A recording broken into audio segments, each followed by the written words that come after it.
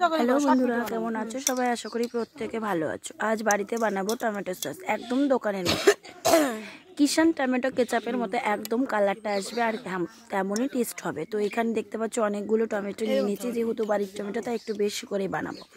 আর এখানে দিয়ে দিয়েছি দুটো গাজর, আর এই গাজরটা দেওয়ার কারণে খুব সুন্দর একটা কালার আসবে।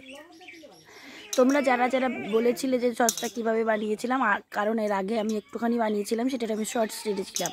অনেকেই কমেন্টস করেছো কীভাবে বানিয়েছো, সেটা একটা লং ভিডিও দেওয়ার জন্য, তাই আজকের এই ভিডিওটা।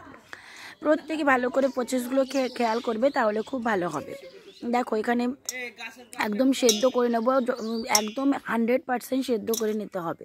আর সমস্ত গাজর, সমস্ত বিট আর হচ্ছে এখানে টমেটোগুলো আমি এখানে সুন্দর করে সাজিয়ে নিয়েছি। তারপরে এখানে দেখো সেদ্ধটা হয়ে গেছে। যতক্ষণ না পর্যন্ত ঠান্ডা হবে ততক্ষণ পর্যন্ত ঠান্ডা করে নিতে হবে। ঠান্ডা করার পর দিয়ে একবারে সুন্দর করে পেস্ট বানিয়ে নিতে হবে।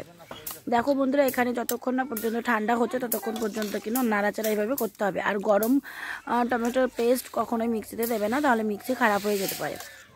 এখানে দেখো আমার 2 গামলিতে নামাতে হয়েছে, এতটা হয়েছে। আর এটা কিন্তু গ্রেট করার পর অসাধারণ একটা কালার চলে আসবে, তোমরা দেখতেই পারবে অবশ্যই। আর আমি শর্টসেও সেটা শেয়ার করে দিয়েছি। দেখো এখানে আমি পুরো কড়াইতে দিয়ে দিয়েছি, আর পুরো পেস্টটা যতক্ষণ না পর্যন্ত সুন্দর একটা গাঢ় কালার আসছে ততক্ষণ পর্যন্ত কিন্তু নাড়াচাড়া করতেই হবে, তারপরে নামিয়ে নিতে হবে।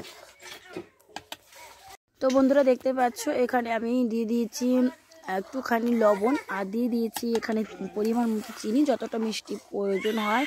আর দিয়ে দিয়েছি তেঁতুলের কাঠ। আর হচ্ছে এর মধ্যে আমি অ্যাড করে দিয়েছি হচ্ছে একটুখানি ভিনিগার, যাতে অনেক দিন পর্যন্ত সংরক্ষিত রাখতে পারি। আর দেখো জাস্ট কালারটা কি সুন্দর এসেছে, একদম অরিজিনাল টেস্ট হয়েছে। তো কেমন লাগলো অবশ্যই জানিও। টাটা।